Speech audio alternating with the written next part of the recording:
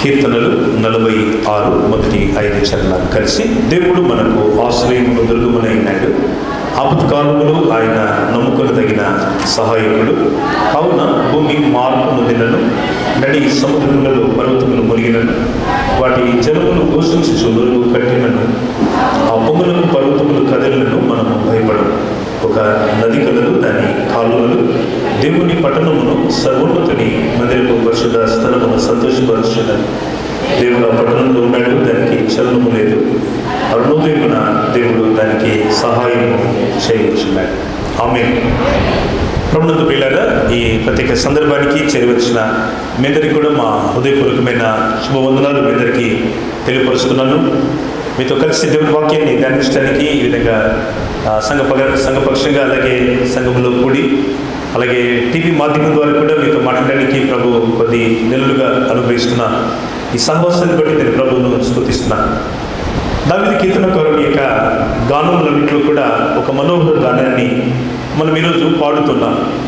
నిజానికి పాటల పుస్తకాన్ని దేవుడు మనకు బైబిల్ మధ్యలో ఇచ్చాడు. అంటే బైబిల్ మధ్యలోని పాటల పుస్తకాన్ని కీర్తనల పుస్తకము అంటారు.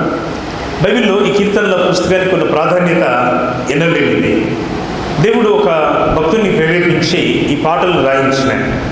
నేను ఇప్పుడు ఒక పాట రాయలేదు, నాతో దేవుడు రాయమని చెప్పలేదు, నేను రాయగలను. నేను ఒక గొప్ప పండితుని, గొప్ప దైవజనుని కుమారుడిని, ఆత్మ సంబంధంగా ఎంత అనుభవం కలిగినటువంటి ఒక సీనియర్ దైవజనుడిని. కానీ ప్రభు నాకు చెప్పలేదు పాట రాయమని, నేను రాయలేదు.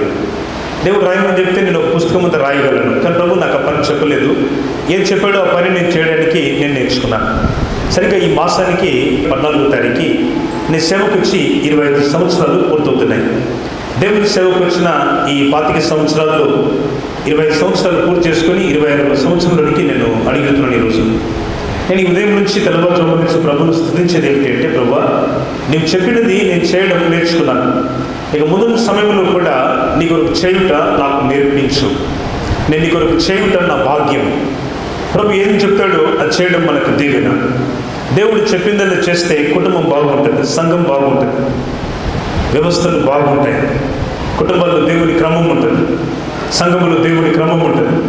ప్రభు చెప్పినట్టుగా చేయకపోతే నీళ్లు మురికి నీళ్లుగా మారినట్టు వివాహ విందులో వాడిన తర్వాత నీళ్ళు ఎలా ఉంటాయి చెప్పండి? వివాహంలో విందు అయిపోయిన తర్వాత భోజనాలు అయిపోయేటప్పుడు లాస్ట్లో వెళ్తే ఆ భోజనాలు మనకంతా రుచిగా అంత శుభ్రంగా ఉండవు కదా, మనం తినలేం కూడా. ఆ వాతావరణం అంతా కొన్ని వందల వేల మంది వచ్చినప్పుడు కలుషితంగానే ఉంటుంది. సరిగ్గా సమయంలో యేసు ప్రభు వారు కానా అనేటువంటి ఆ విందులో, ఆ గ్రామంలో యేసయ్య నీళ్లను ద్రాక్షరసంగా మార్చారు. వారికి ఆహారము లేనప్పుడు వారికి ఆహారాన్ని, పానీయాన్ని దేవుడు వారికి ఇచ్చాడు. వారికి దేవుడు ఆహారం ఇవ్వడం ఉద్దేశం ఏమిటంటే, మనిషి చేయలేని వాటిని నేను చేసి నీకు ఇస్తాను అంటున్నాడు. సాధారణంగా మనం మనుషులు చేసిన వాటిని కోరుకుంటాం, మనుషుల దయ మాత్రమే కావాలనుకుంటాం, దేవుని దయ కోరుకో. మనం మనుషులు ప్రేమిస్తే చాలు, దేవుడు ప్రేమించకపోయినా సరే అన్నట్టుగా ఉంటుంది కొన్నిసార్లు విశ్వాస జీవితం. కొంచెం మన ప్రార్థన జీవితాన్ని జ్ఞాపకం చేసుకొని సమీక్షించుకుంటే దేవునితో గడిపే సమయం చాలా తక్కువగా ఉంటుంది, ప్రార్థనతో గడిపే సమయం చాలా చాలా తక్కువగా ఉంటుంది. లోకంతో అందులోనూ ఇలాంటి మొబైల్ ఫోన్స్ వచ్చిన తర్వాత వీటితో గడిపే సమయం చాలా ఎక్కువగా ఉంది. దేవునితో గడిపే సమయం కంటే ఈ మనుషులు చేసినటువంటి మానవునికి దేవుడిచ్చిన జ్ఞానంతో తయారు చేసిన వస్తువులతో సమయాన్ని గడుపుతున్నాం. మనం వేటితో సమయం గడపాలో వాటితో గడపగలిగితే బాగుంటుంది. దావీదు కీర్తనకారుని జీవితాన్ని మీరు పరిశీలనగా చూసినప్పుడు దేవుడు ఆయనను ఎందుకు పిలిచినాడో ఆ పిలుపును జ్ఞాపకం చేసుకుంటున్నాడు. దేవుడు దావీదును పిలిచాడు, ఆయన మనందరినీ పిలిచినాడు. ఎక్లీషియా అనే గ్రీకు పదానికి ఈ మాటకు అర్థం ఏమిటంటే పిలువబడిన ప్రజలు, కాల్డ్ అవుట్ సెయింట్స్. క్రైస్తవులుగా పిలువబడినవారు. మనల్ని దేవుడు పిలిచాడు. కులము నుండి, మతము నుండి, భాష నుండి, ప్రాంతము నుండి సర్వజనులను, సర్వకాలమందు సర్వవస్తుల ప్రజలను ప్రభు యేసు పిలుస్తున్నాడు. ఆయన పిలిస్తే మనం వచ్చినవారు, ఆయన పిలిస్తే మనం సంఘంలో చేరినవారు, ఆయన పిలిస్తే మన మనసును మార్చుకొని రక్షణ పొందినవారు. బలవంతంగా రక్షణలోకి రాలేదు. కొంతమంది బలవంతంగా వచ్చినట్టుగా అనుకుంటారు, తెలియని వారు. బలవంతంగా ఎవరు రక్షణలోకి రారు. దేవుడు మనల్ని ప్రేమించి ఈ రక్షణలోనికి ఆయన మనల్ని పిలిచాడు. పేతురు భక్తుడు రాస్తూ అంటాడు కదా, 1 పేతురు 2:9 ఉంటుంది, అయితే మీరు చీకటిలో నుండి ఆశ్చర్యకరమైన తన వెలుగులోనికి మిమ్మను పిలిచిన వారిని గుణాతిశయములను ప్రచురము చేయ నిమిత్తము ఏర్పరచబడిన వంశమును, రాజులైన యాజక సమూహమును, పరిశుద్ధ జనమును, దేవుని సొత్తైన ప్రజలని ఉన్నారు. హల్లెలూయా. మనము దేవుని సొత్తైన ప్రజలం. అందరూ చెప్తారా? దేవుని సొత్తైన ప్రజలము. మనం ఎవరమండి? దేవుని సొత్తైన ప్రజలం. మనం కొన్న పిలుపు ఏమిటంటే, ప్రభు మనల్ని పిలిచి, ఆయన సొత్తుగా మనల్ని పిలిచి ప్రత్యేకపరుచుకున్నాడు. నువ్వు పిలువబడిన వ్యక్తివి. దేవుడు నిన్ను పిలువంది నువ్వు రాలేదు, ఆయన నిన్ను పిలుచుకున్నాడు. ఎలా పిలిచాడు? ఆశ్చర్యకరమైన తన వెలుగులోనికి. ఈ వెలుగులోనికి వస్తూనే మన పరిస్థితులన్నీ కూడా ఆశ్చర్యకరంగా మారినాయి. మన భాష మారింది, మాట మారింది. ఇంతకుముందు ఈ టీవీ ప్రసారంలో మీరు ఒక సాక్ష్యం విన్నారు. ఆ సాక్ష్యం ఎలా ఉందంటే, ఆయన పెద్ద చదువుకునేది కాదు కానీ ఒక చక్కగా గ్రాంధికమైన భాషలో మాట్లాడినట్టుగా ఒక పెద్ద సోదరుడు, ఒక పెద్ద ఆయన సాక్ష్యం ఇచ్చినాడు. ఒక అంకుల్ ఏమైనా సాక్ష్యం ఇచ్చినాడంటే, దేవుడు ఆయనకి ఏ విధంగా రక్షణ ఇచ్చినాడు, ఏ విధంగా తను కట్టబడి ప్రభువులో నడుస్తున్నాడు 2 సంవత్సరాలుగా, దేవుని ప్రేమను ఏ విధంగా ఈ సంఘముల ద్వారా, ఈ పరిచర్య ద్వారా, ఏ విధంగా దైవజనుల ద్వారా దేవుడు నడిపిస్తూ వచ్చినాడు సాక్ష్యం విన్నారు. ఆయన మాట్లాడుతుంటే చాలా విషయం మనకు అర్థం కాకుండా కూడా ఉన్నాయి.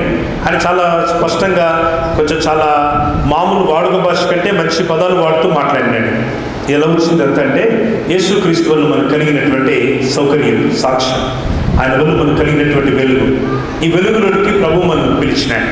పేతురు అంటాడు, ఆశ్చర్యకరమైన తన వెలుగులోనికి. కొండ మీద ఒక అద్భుతమైన రూపాంతర అనుభవాన్ని చూసినాడు పేతురు. నేను చూడలేదు, నువ్వు చూడలేదు. దేవుని మహాకృపను బట్టి నేను ప్రతి సంవత్సరం ఇశ్రాయేలు దేశానికి వెళ్ళినప్పుడు ఆ కొండను నేను చూసినాను. ఆ కొండను నీకు ఎక్కాం లేదు. ఆ కొండ మీద ఒక అద్భుతమైన చర్చ్ ఆఫ్ ట్రాన్స్ఫిగరేషన్, ఒక అద్భుతమైన ప్రార్థన మందిరం, చాలా బ్రహ్మాండమైన చర్చ్ కట్టబడింది.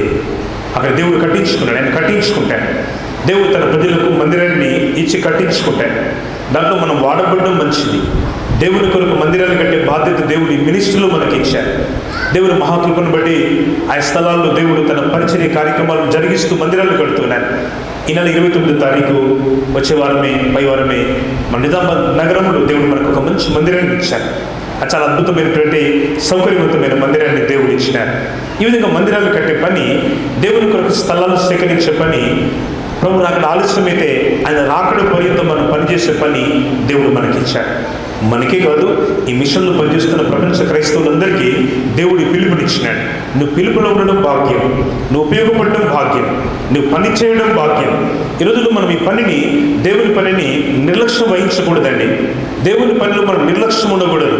అది ఆరాధనైనా, సంఘ కాపరిగా దేవుని సేవకుడు చెప్పేటువంటి మాటలను మనం విని లోబడమైనా, దేవుని సంఘం జరిగేటువంటి వివిధములైన దేవుని పరిచర్యలైనా, దేవుని కొరకైనటువంటి కార్యక్రమాల్లో కూడా మనం ఒకంత బాధ్యత గల వారుగా ఉండాలి. బాధ్యత అనేది ప్రేమను చూపిస్తూ ఉంది. మా తండ్రి గారు, ఆయన గొప్ప దైవజనుడు, మాకు చిన్నప్పటి నుండి మాకు చెప్పేటప్పుడు ఒక మాట చెప్పేవారు. ఆయన మాకు ఎక్కువసేపు, మా తండ్రి గొప్ప దైవజనుడు, ఆయన మాకు చాలా విషయాలు నేర్పించేవారు. చాలా విషయాలు మేము నేర్చుకునేటప్పుడు మాకు చెప్పిన మాట ఏమిటంటే, బాధ్యత అంటే ప్రేమ అని చెప్పేవారు. మీకు ఎప్పుడు దేవుని మీద ప్రేమ ఉంటుందంటే, ప్రేక్షకులారా, సహోదరి సోదరులారా, సంగమా, మీకు ఎప్పుడు బాధ్యత ప్రేమ ఉంటుందంటే, మీరు ప్రభువును ప్రేమించినప్పుడు మీకు బాధ్యతను గుర్తిస్తారు. మీకు ఎప్పుడు బాధ్యత ఉంటుందంటే, మీరు దేవుని ప్రేమను అర్థం చేసుకుని నడిచినప్పుడు మీకు బాధ్యత ఉంటుంది. లేకపోతే మనకు ప్రతిసారి బాధ్యతలు గుర్తు చేయాల్సి వస్తుంది. కొందరు తల్లిదండ్రులు పిల్లలకు బాధ్యతలు గుర్తు చేయమని చెప్తూ ఉంటారు. మా అమ్మాయి కొంచెం చెప్పండి, అయ్యా మా బాబు కొంచెం చెప్పండి, దేవుని మాటలు కొంచెం వీళ్ళకి బాధ్యతలు చెప్పండి అంటూ ఉంటారు. అది కొంచెం బాధాకరమైన విషయమే. పిల్లలు ఎదిగారు, లేక కొంత చదువుకున్నారు, కొంత బాధ్యత కలిగి ఉండాలని కోరుతున్నాము. వారు ఎందుకో బాధ్యతలు సరిగా నిర్వర్తించలేనప్పుడు వారికి కొంత కౌన్సిలింగ్ అవసరం అవుతూ ఉంది. Not only children, not only youth, పెద్దలకు కూడా. ఈరోజు అలాంటి ఒక వెనుకబాటుతనం అనేది సంఘంలో నిలిచిపోవాలి. క్రైస్తవ సంఘం బాధ్యత కలిగి నడుచుకోవాలి. యేసు ప్రభు తను బాధ్యతను ఎరిగి నడుచుకున్నాడు. తను ఎందుకు పంపబడ్డాడు, ఆ దర్శనాన్ని పిలుపును ప్రభు యేసు తాను వహించి చాలా జాగ్రత్తగా ప్రభు తన విశ్వాస జీవితాన్ని మానవుడికి లోకంలో ఉన్నప్పుడు ప్రభు అనుసరించి చూపారు. మనకు ఇవ్వబడిన జీవితము సరిగ్గా యేసు ప్రభు లాంటి జీవితమే. మనకి ఇవ్వబడిన కాలము ప్రభులాగా మనం ఎన్ని సంవత్సరాలు, ప్రభు ఇది కేవలం 33.5 సంవత్సరాల కాలం మాత్రమే భూమి మీద ఉన్నారు. ఎంతకాలం ఉంటుందో మనకు తెలియదు. ప్రభు మనకి ఇచ్చిన జీవితాన్ని దేవునికి ఉపయుక్తమైన జీవితంగా మనం మార్చుకోవాలి. దేవునికి ఇష్టమైన జీవితంగా మార్చుకోవాలి. నీకు ఇష్టమైన జీవితంగా. వీళ్ళందరూ కూడా వాక్యం వింటూ టీవీ ప్రసారాన్ని చూస్తూ మందిరానికి వస్తూ అలంకరింపబడిన దేవుని పరిచర్యలు చూస్తూ చాలా ఆనందపడుతున్నారు. కానీ మీకు ఇష్టమైనదే మీరు భక్తి చేస్తున్నారేమో, మీకు ఇష్టమైనది మీరు ఎన్నుకుంటున్నారేమో. విశ్వాస జీవితం అలాంటిది కాదు పిల్లారా. ఆయనకి ఇష్టమైనది చేయడం విశ్వాసం. దేవునికి ఇష్టమైనది జరిగించడం భక్తి కలిగిన జీవితం. భక్తి లేని చోట, విశ్వాసం లేని చోట, బాధ్యత లేని చోట ప్రేమ అనేది ఉండదు. దేవుడు దావీదు భక్తుల్ని అంచెలంచెలుగా అభివృద్ధి పరచడానికి కారణం ఏంటంటే బాధ్యత కలిగి నడుచుకున్నాడు, దేవుడితో ప్రేమ కలిగి నడుచుకున్నాడు. తనను బాధించే మనుషుల మధ్య దేవుని ప్రేమతోనే వారితో వ్యవహరించినట్టుగా వాక్యం చెప్తా ఉంది. ఆ దేశపు రాజు సౌలు, ఆయనకు దయ్యం పడితే దావీదు వాయిద్యం వాయిస్తే దయ్యం వెళ్ళిపోయింది. బహుశా మీకు అనేక తలాంతులు ఉండొచ్చు.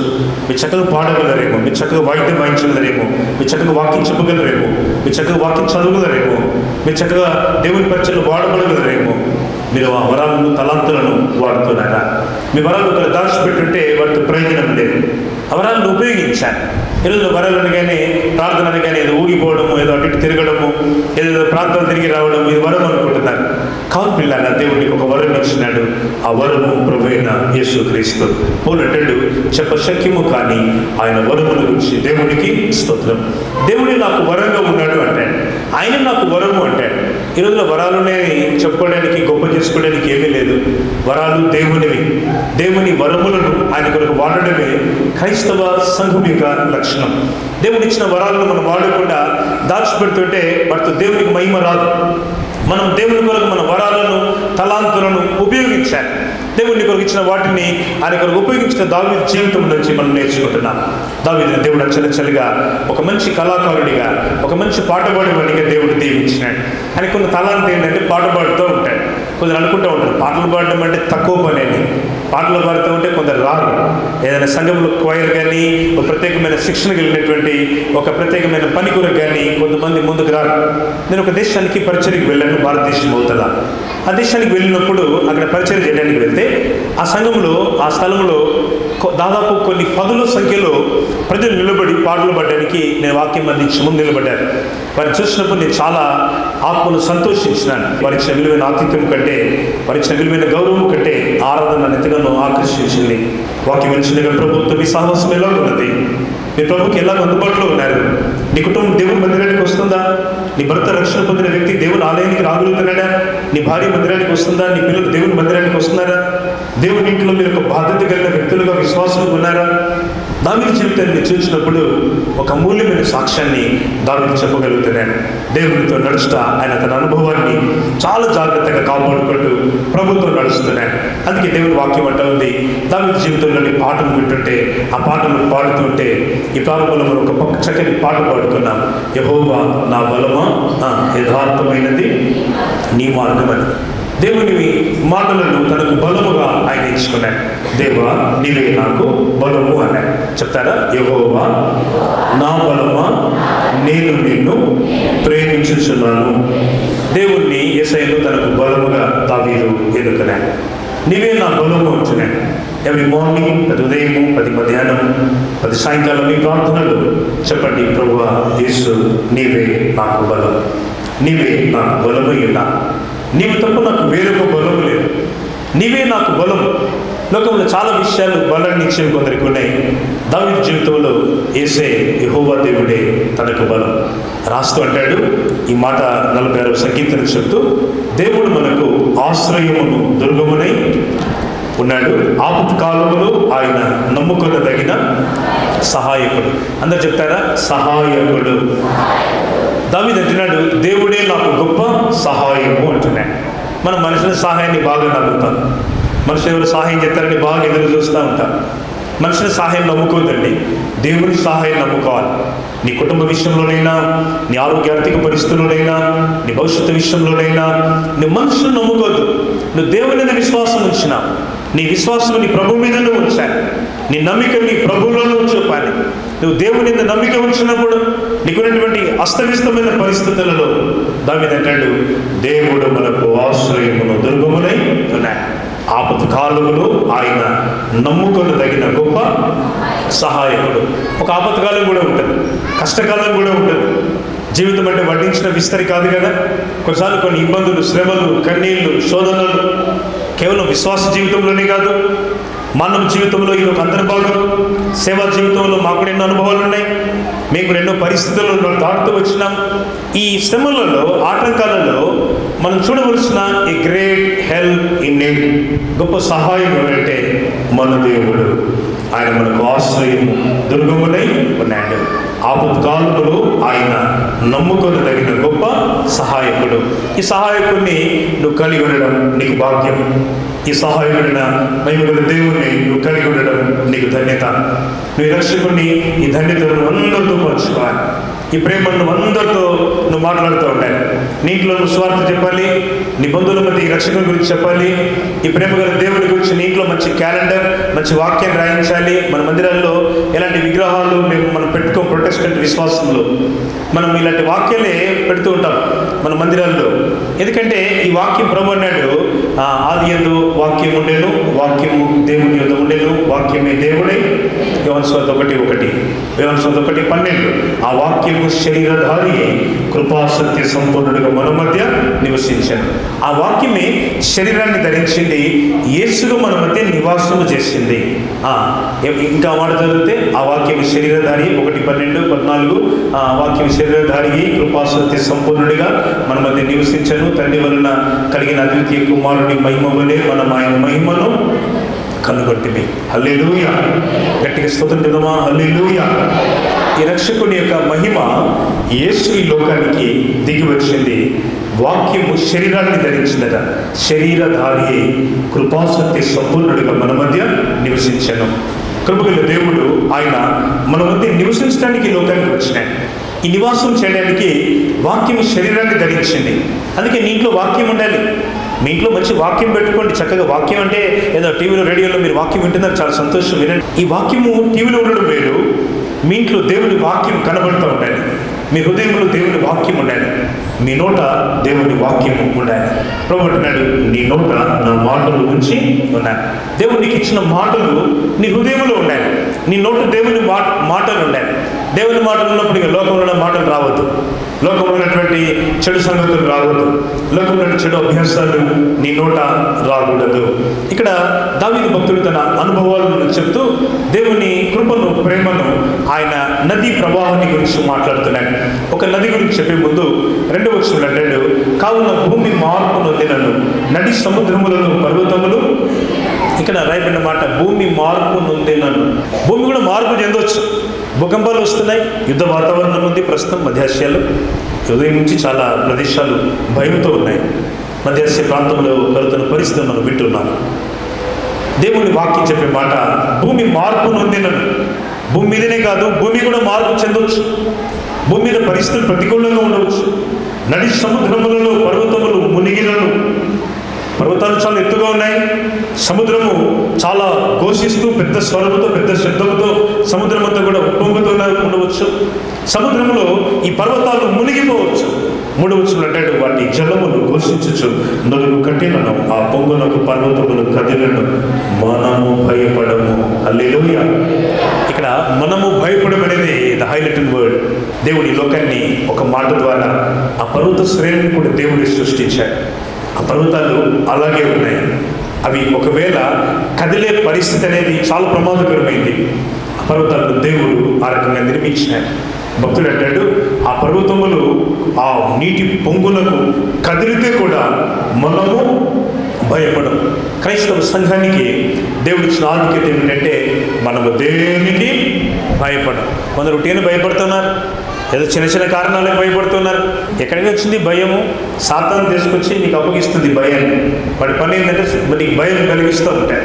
నీకు భయం కలిగిస్తాడు, భయం పట్టిస్తాడు, భయాన్ని నీకు కలిగిస్తాడు. వాడు భయము, అనుమానము, ఒక విధమైనటువంటి నమ్మకపోవడం, అపనమ్మిక వాటిని తీసుకొస్తాడు. ఉదయకాలం దేవుడు ఈ సందేశం ద్వారా జ్ఞాపకం చేస్తున్న మాట, ఆ పొంగలకు పర్వతములు కదిలినను మనము భయపడను. చెప్పండి, నేను భయపడను. పెద్దలు చెప్తారా, నేను భయపడను. పర్వతాలు కదిలేంత తీక్షణమైనటువంటి భూకంపం సంభవించిన నేను భయపడను. యేసును కలిగిన వారు అన్ని సంగతులలో దేవుని చేత బలమును పొందిన వారు దేవునికి భయపడరు. పరిస్థితి ప్రతికూలంగా ఉండవచ్చు. దానియేలు, షద్రక్, మేషక్, అబేద్నెగో కాలాన్ని చూస్తే దానియేలును సింహాల బోన్లో వేసిన. ఈ కాలం ఒకవేళ విశ్వాస వీరులైతే, దేవా నేను ఈ సింహాల బోన్లో ఉంటే నన్ను కాపాడుతో ప్రభావ, నన్ను ఈ బోన్లో పడకుండా తప్పియాల్సిందే అనుకుంటాను. సింహాల బోన్లో పడితేనే కదా దేవుడిని తప్పించకపోయి తెలిసేది. సింహాల బోన్కి రాకపోతే నీకెట్లా తెలుస్తుంది దేవుడిని పెంచండి? సింహాల బోను ఒక పరీక్ష సమయం. ఆ సింహములతో ఉన్నటువంటి ఆ పేద బోను, అది ఎలకల బోను కాదు, సింహాల బోను. ఆ సింహముల బోనులో దేవుడు అనుమతించినాడు. సో దానియేలు ఆ సింహాల బోనులో పడవేయబడ్డాడు. దేవుడు దానియేలుకు తోడయ్యాడు. ఆ సింహాలు ఆ దానియేలును మింగలేదు, తినేయలేదు. షద్రక్, మేషక్, అబేద్నెగోలను చల్లటి అగ్నిలో వేశారా, మంట కలిగిన అగ్నిలో వేశారా? అగ్ని అంటేనే మంట కలిగేది, చల్లగేం ఉండదు, అది ఫ్రిజ్ కాదు. ఇప్పుడు అగ్నిగంధకముల గుండములోనికి, ఆ మంటలోనికి వాళ్ళు విసిరివేయబడినప్పుడు వారికి ఏ హాని కలగలేదు. వారికి హాని కలిగిందంటే కలగలేదు. ఏమైంది? వారికి దేవుని అదృశ్యమైన హస్తము వారికి తోడుగా ఉండి వారిని రక్షించింది. ఈ ప్రత్యేక సమయమైన దేవుని వాక్యం ఇచ్చిండగా ఆయన బలమైన హస్తము నేను రక్షించటకు దేవుని హస్తము సిద్ధంగా ఉంది. భక్తుడు అంటాడు, ఆ పొంగలకు నేను భయపడకు. కారణం ఏమిటంటే 4వ వచనంలో ఉన్న మాట, ఒక నది కలదు, దాని కాలువలు దేవుని పట్టణమును, సర్వోన్నతుని మందిరాలకు, పరిశుద్ధ స్థలమును సంతోష పెట్టించినవి. ఈరోజు మన ధైర్యానికి, విశ్వాసానికి కారణం ఏమిటంటే మనకు ఒక నది ఉన్నది. అందరూ చెప్పాలి, ఏమున్నది? మనకు నది ఉన్నది. నది ఉన్న చోట మనుషులకు బ్రతుకు తెరువు ఉంటుంది. నది అంటే నీళ్ళు ఉంటే పంటలు పండుతాయి, నీళ్ళు ఉంటే మనిషికి వ్యవసాయం నడుస్తుంది, చేపలు దొరుకుతాయి, బతకడానికి మనిషికి మంచినీళ్ళు ఉంటాయి. నది లేని చోట జీవితం చాలా దుర్భరంగా ఉంటుంది. ప్రపంచంలో మీరు ఏ నగరం అని తీసుకోండి, ఆ నగరం పక్కన నీళ్ళు ఉంటాయి. నీళ్ళు లేకపోతే నగరం ఉందంటే అది కష్టం. గల్ఫ్లో కొన్ని ప్రాంతాలు మీద ఇస్తే ప్రపంచంలో మీరు ఏ నగరం అని తీసుకోండి, బాగా నీళ్ళున్న దగ్గర నీ నగరాలు బాగా తెలిసినాయి. నదుల చుట్టూ మనుషులకు బ్రతుకు తెరిగి ఉంటుంది. దావీదు అంటాడు, ఒక నది కలదు, దాని కాలువలు దేవుని పట్టణమును, సర్వోన్నతుని మందిరపు, పరిశుద్ధ స్థలమును సంతోషపరిచినది. దేవుని మందిరంలో ఏముందో తెలుసా? దేవుని నది ఉన్నది. హల్లెలూయా. నది దగ్గరికి వస్తే నీకు కూడా మంచి సమృద్ధిగా చేపలు దొరుకుతాయి, సమృద్ధిగా నీకు పంటలు పండుతాయి. రైతుకు పంటలు బాగా పండి కొన్ని సంతోషపడతాడు. రైతుకు పంట పండిందో, అయ్యో నాకు పంట పండిందని ఎడుతాడు రైతు. బాగా పంట పండింది, 10 లక్షలే వచ్చినాయి, 15 లక్షలే వచ్చినాయి అని చెప్పి దేవుడిచ్చిన సమృద్ధిని బట్టి దుఃఖపడతాడా, సంతోషపడతాడా? సంతోషపడతాడు. పరీక్ష రాసినప్పుడు మంచి విజయం వచ్చింది, ఆనందపడతారా? వ్యక్తి దుఃఖపడతాడా? ఆనందపడతాడు. దేవుని నది దేవుని మందిరముతో కలిసి ఉంది. The river of God is connected with the church. దేవుని మందిరానికి ఎందుకు రావాలంటే ఈ నదితో కలవడానికి రావాలా, మనుషులకు హలో చెప్పడానికి రావద్దు. ఖరీదైన బట్టలు, ఖరీదైన డ్రెస్సు, ఖరీదైనటువంటి ఇంకేదో నీకున్న ఇతరులకు చెప్పడానికి రావద్దు. దేనికి రావాలి మన మందిరానికి? ఆ నదిని పంపిన దేవుడిని ఘనపరచడానికి, ఆ నదితో సహవాసం చేయడానికి, దేవుని నది కాలువలతో నీవుని శుభ్రపరచుకోవడానికి ఆ నది వద్దకు నువ్వు రావాలి. ఆ నది ప్రభువుని యేసుక్రీస్తే. ప్రభు అందుకే అన్నాడు, నేనే జీవజలమును అన్నాడు. ఈ జీవజలమైన ప్రభు ఈ నది వద్ద నీకు నిలిచి ఉన్నాడు. ఈ నది కాలువలు దేవుని పట్టణమును, సర్వోన్నతుని మందిరపు పరిశుద్ధ స్థలమును సంతోషపరుస్తున్నాయి. ఈ మందిర స్థలాన్ని ఈ నది సంతోషపరుస్తూ ఉంది. నీకు దేవుని సంతోషం లేదా? దేవుని నది వద్దకు రా. ఈ నది వద్ద దేవుని మందస్సం దగ్గర నీకు ఆదరణ ఉంటుంది. కొందరు మందిరానికి రారండి. ఎందుకు రారంటే వారికి ఏదో కారణాలు చెప్తూ ఉంటారు. నేను జ్ఞాపకం చేసిన మాట, ఇలా అనేకులు దేవుని కాలువలను, విలువలను వారు గుర్తించలేకపోతున్నారు. నదిలోనికి రా, ఈ క్షేమాన్ని నువ్వు చూస్తా. నీకు సంతృప్తి, క్షేమం నీకు ఇచ్చే దేవుని నది నీ కొరకు సిద్ధంగా ఉంది. ఆఖరి మాటతో ముగిస్తాము. 5వ వచనం, దేవుడు ఆ పట్టణంలో ఉన్నాడు, దానికి చలనము లేదు. అరుణోదయమున దేవుడు దానికి సహాయము చేయించినాడు. దేవుడు అరుణోదయమున ద వెరీ ఎర్లీ మార్నింగ్ దేవుడు ఇక్కడ సహాయాన్ని పంపిస్తాడు. నువ్వు నిద్ర లేవకముందే, మన నిద్ర లేవకముందే దేవుని సహాయం మన కొరకైనా పంపిస్తాడు. ఎందుకంటే దేవుడు ఆ పట్టణములో ఉన్నాడు, దానికి చలనము లేదు. దేవుని పట్టణంలోని ప్రజలుగా మనం ఈ పట్టణానికి తగినట్టుగా నడవాలి. ఈ నది కాలువలు తగినట్టుగా మన విశ్వాస జీవితాన్ని శుద్ధి చేసుకోవాలి. జీవజల నది మనం తృప్తిపరుస్తుంది. ఆపదలు ఆశ్రయం లేని మనకి ఒక ఆపదలు తోడై ఉండే బలమైన ఆయన సమీపమైన హస్తం మనకు తోడై ఉంటుంది. దేవుడు మనకు ఆశ్రయం దుర్గమనైనాడు. ఆపత్కాలంలో ఆయన నమ్ముకుని తగిన గొప్ప సహాయకుడు. ప్రభు మీకున్న ప్రతి ఇబ్బందులు తొలగించి ఆ నది కాలువలు మీ పిల్లలను, మీ కుటుంబాలను, మీ కుటుంబ సభ్యులను దేవుడు తాకి మీకు తన అరుణోదయ దర్శనం ఇచ్చి మిమ్మల్ని తృప్తిపరిచి నడిపించినదాకా తల్లి వచ్చి ప్రార్థించున్నాం. ప్రేమలు మా పనులకు తండ్రి, నమ్మదగిన దేవా మీకు స్తోత్రాలు. మీరు మా వదిలించిన లేఖన భాగం కొరికే మిమ్మల్ని స్తుతిస్తున్నాం. దేవుడు మనకు ఆశ్రయం దుర్గములైనాడు. ఆపత్కాలంలో ఆయన నమ్ముకుని తగిన గొప్ప సహాయకుడు. నది కలుగు దాని కాలువలు దేవుని పట్టణమును సర్వోన్నతిని పరిశుద్ధ స్థలమును సంతోషపరచుచున్నది. దేవుడు ఆ పట్టణంలో ఉన్నాడు, దానికి చలనము లేదు. ఉన్నతమైన మీ ప్రేమ కలిగిన స్థలంలోనికి, సమూహంలోనికి, సహవాసముని పిలిచిన మీ ప్రేమకి ఇష్టపడతారు. ఎప్పటికీ సహవాసముని పిలువబడి వారి రాని వారికి ఉంటే, మందిరాన్ని మర్చిపోయిన వారికి ఉంటే వారిని కూడా ఇప్పుడు మీరు దర్శించి, అలాగే టీవీ ప్రసారం ద్వారా దేవ మీ వాక్యము ప్రపంచ దేశాల్లోనికి, తెలుగు వారి మధ్య అనేక రాష్ట్రాల దేశాలకు వెళ్తుండగా మా పిల్లల నుండి వాక్యం వింటున్న వారిపైన మీ అనుగ్రహం నుంచి వారిని క్రీస్తులో స్థిరపరిచి వారి కుటుంబాల్లో కూడా మీరు బలంతో మనం ప్రార్థన చేస్తున్నాం. చూడొచ్చిన సంపూర్ణ స్వార్థ సంఘములు పరిచయం విధానానికి దీవించి అభివృద్ధి పరిచయం టీవీ కార్యక్రమం ద్వారా కూడా జనబాహుల్యానికి మీ స్వార్థను పంపించడానికి మీ పరిస్థితులు ప్రేరేపించి ఈ కార్యక్రమం యొక్క స్పాన్సర్స్ వల్ల మీ పిల్లలందరినీ కూడా మీరు జ్ఞాపకం చేసుకున్నారు. కార్యక్రమం అందిస్తున్న బిడ్డలు కూడా జ్ఞాపకం చేసుకుని వారి జీవితాల్లో మీ దీవెన, నిత్య వెలుగు, దేవుని సన్నిధి, దేవుని నది ప్రవాహం వారి కళ్ళని తీర్చుటకు ఆరోగ్యము, క్షేమము, దీవెన వారి మీద కలిగించమని క్రీస్తు నామములో ప్రార్థించి వేడుకొంచున్నాము తండ్రి. ఆమేన్. దేవుని ప్రేమయు ప్రభువైన యేసుక్రీస్తు వారి కృపయు పరిశుద్ధాత్మని అనేది సర్వస్వం సదా మనందరికీ తోడైనగాక. God bless you. దేవుడు దీవించును గాక. ఆమేన్.